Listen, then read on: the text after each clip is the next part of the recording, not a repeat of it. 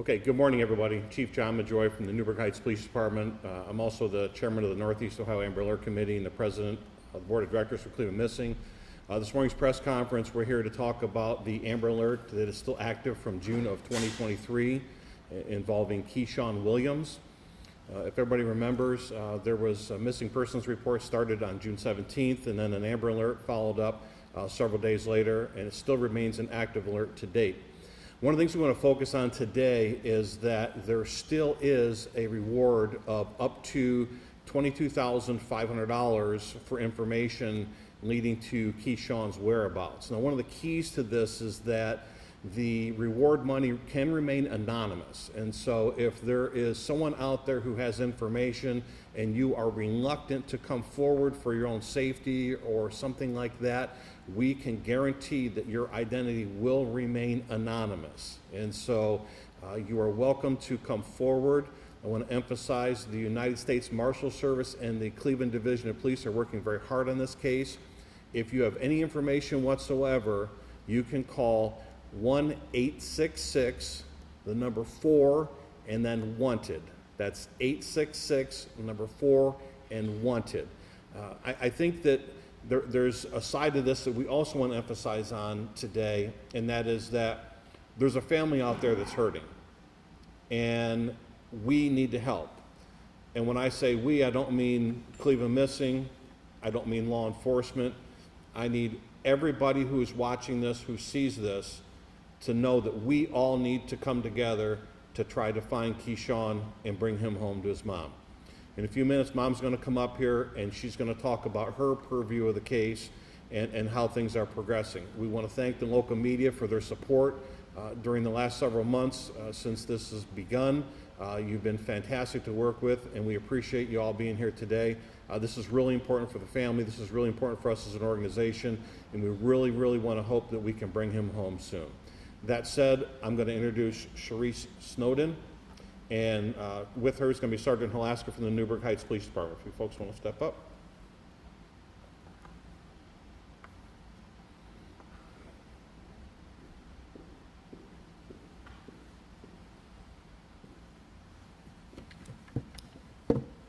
First of all, I just wanted to say it's been almost over a year since my son been gone, and this is completely disgusting. I want to reach out to the community to let you guys know this can be any one of your kids. I need my son to come back home. This social media game, this misleading stories is getting ridiculous, and I know y'all know something. So I don't know who got y'all scared to say something, but what's done in the dark is going to come to the light. I need my child to show up, not today, not tomorrow, right now, because I know somebody knows something. This is supposed to be about unity and about mindfulness, kindness, and it's just like, I don't understand why nobody would come forward and say something. This is a 17-year-old underage kid that's out here unsupervised. No more of the back and forth. I need to know where Keshaun is. If y'all know something, you can remain anonymous. It doesn't matter who said what, I need to know. Somebody knows something. If somebody out there have a heart, please, whoever my child is with, please return my child. He is underage. He has no business being out here without his parent. This is crazy. It's not safe. It's not cool.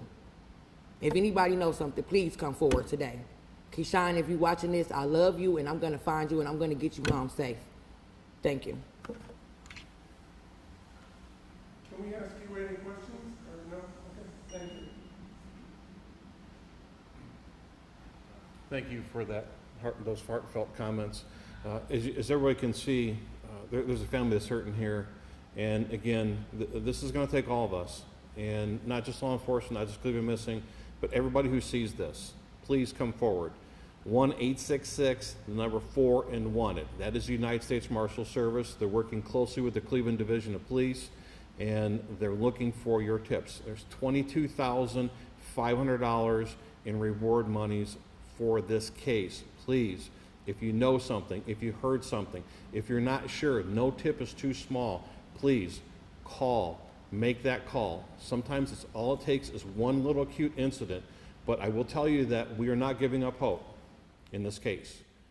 We're not giving up hope. We've seen it in other cases. Our co-founder, Gina DeJesus, we've seen this in other cases, so we want to let the public know, please come forward and please help us. I'll take any questions that you might have. Start, Brad. Are there active tips going on still, or are they dried up? Talk about some of the, where you're at now, right now, the tips. So I have spoken with the Marshal Service, and they do get tips. And every tip that comes in, they follow up on. And in fact, we received a tip here several months ago that was passed on to the Marshal Service and Cleveland Police Department. And so they do come in, but what really helps is that when people share this, when they see this story, every time that there has been a media story, we start to get calls, and that is so important. So, social media is one of our biggest assets here. Take this story and share it, because maybe they didn't see the press conference, maybe they didn't get a chance to watch the news. Share this story with your contacts, and please do that, because nobody ever wants to be in the shoes that this mother is in. And so put yourself in her shoes for just a quick minute. What would you want people to do? And you would want their help. They could be strangers, and it's fine, because we're all good people. We just need your help. Can you recap the circumstances the last time he was seen? So, Hours leading up to his last? so as much as I can share is that he was out with some friends on the evening of June 17th. And originally when the Amber Alert was broadcasted, there was a suspected vehicle that was purported to have been involved in that. The investigation later showed that that was not involved, but that's not too terribly uncommon in an investigation where there's rabbit holes, if you will. And so we will go and follow up on every lead that we can possibly get as law enforcement. So he was out with some friends. It's my understanding that Cleveland has spoken with his friends. I don't know to what extent. I can't speak too in-depth the investigation because it's not our investigation.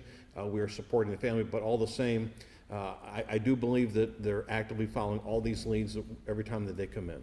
And city and streets, whereabouts? So the last known location was on Fleet Avenue in the 50s to 60s area, not too terribly far from here. And so there has been some canvassing done. We've sent out posters and everything else. There are flyers up at a number of locations. I look for us to probably do one of those again this spring. Again, just to keep the story alive, bring some awareness to this. All it takes is that one tip. Let's go to Brad. The last time we talked, there was a frustration with the lack of any tips whatsoever, a lack of any leads. Have there been any sightings? Has there been any inkling as to where he might be? There have not been any sightings that I'm aware of and that has been shared. And I do agree with you, the sense of frustration, because somebody knows something. That is inevitable. Somebody does. And it's a matter of getting to that person, whether they told somebody, the telephone line game, but somebody knows something, and those are the folks we need to come forward. I know this isn't your investigation, but do they still think he's somewhere in Northeast Ohio, or are we past that point? Could he be elsewhere? We have no reason to think that he has left the state at this point. However, again, we're not ruling out anything at this point. Also, Sharice had mentioned some frustration with social media. You talked about it being a tool, but it can also be really frustrating for a parent. Can you give a message to anyone out there who's messing around with this? Yeah, I can, and that is that maybe you follow the golden rule and do unto others as you would have done to yourself. Would you want someone going and throwing your family under the bus, talking negatively about your family, or embellishing on a story and casting blame? Really, nothing really matters. He's missing. He's missing. The circumstance and everything else, he is missing. And we just want to bring him home. And so people that go, and we've seen this in other cases. We've seen this in the Amanda Dean case in a very egregious state where some folks on social media have tried to look at me, they want their 5 minutes of fame, and they don't know what they're talking about, and they go and they cast a really negative light on this. And my response is, how would you feel if that was done to you? Because, that's not good people in my book. And so to try to cast blame or anything else at this point, none of that really matters. We need to find out who was with him, we need to find out what happened to him, and we need to bring him home. My last one. Mm-hmm. With Gina and also Amanda, obviously we know Michelle's situation, but one of the big things was the fact that we did all these anniversaries with them. Mm-hmm. How important is it to have Sharice's involvement like she's doing? Because, that's hard enough to sit up there and talk. So how impressed are you that she continues to come out? Well, I'm very impressed. You know, and I've said this in other press conferences. I've been doing this a very long time. I don't know what it feels like. I don't. I'm not in their shoes. And I pray that nobody else ever has to walk a mile or one step in their shoes for that matter. So I think that she's got more guts than any 5 people that I know to be able to come up here under this type of stressful situation and talk about her son who's missing for like 9 months. That's a lot. You know, as a parent, I couldn't imagine, you know, a couple hours, let alone days, weeks, and months. And so I do think it's very important that we focus on the anniversaries of these things. And again, the same thing with Gina and Michelle and Amanda's case, there was a lot of press on that, and that's good. It kept the story alive. And so this is what we want to do. We're going to stay with this case as long as it takes till we bring him home safe. So again, we appreciate the media's coverage, and I appreciate the question because it takes a lot for a mom to get up here like she did. She's got a lot of courage to do that. And I just had one question. Going back to the timeline, I know, like you said, this is not your investigation, but I just wanted to make sure when I'm going back and reporting this today, there was witnesses that had seen at a party that he was possibly tied up in a car. Is that still true to this day of the information that you guys have? I don't know that to be true or not. That would be an answer to come from Cleveland or the Marshal Service. What I can say is that from the get-go, if you remember, that they had believed that there was a Jeep that was involved, like an SUV-style Jeep with a broken window out of it. And again, later the investigation turned out that it was not involved. And so, you know, any investigation is an ebb and flow. It's also rabbit holes. But that's okay because the end goal is to try to bring them home. So again, it's a fair question. It's a good question. But really, I don't know what the actual circumstances are other than he's missing and he's still missing and we need to bring him home. Thank you. You're welcome. You mentioned you were gonna bring that placard up? Yeah, so we do have a poster. We'd like to just put it up here. I can hold it up or put it in front of the podium, whichever is. Okay.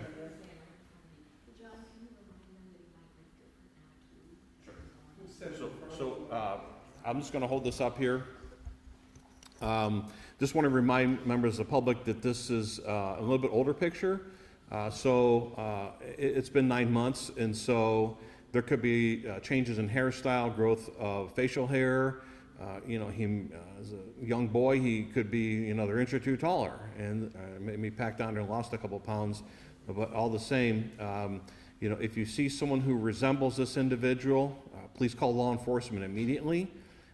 If you have a tip, please call law enforcement immediately. And again, that number is 1-866, the number 4 and wanted for the United States Marshal Service.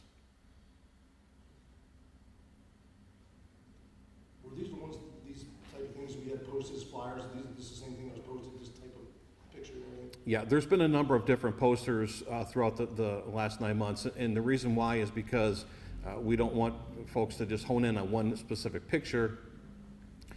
You know, multiple purviews of it certainly helps.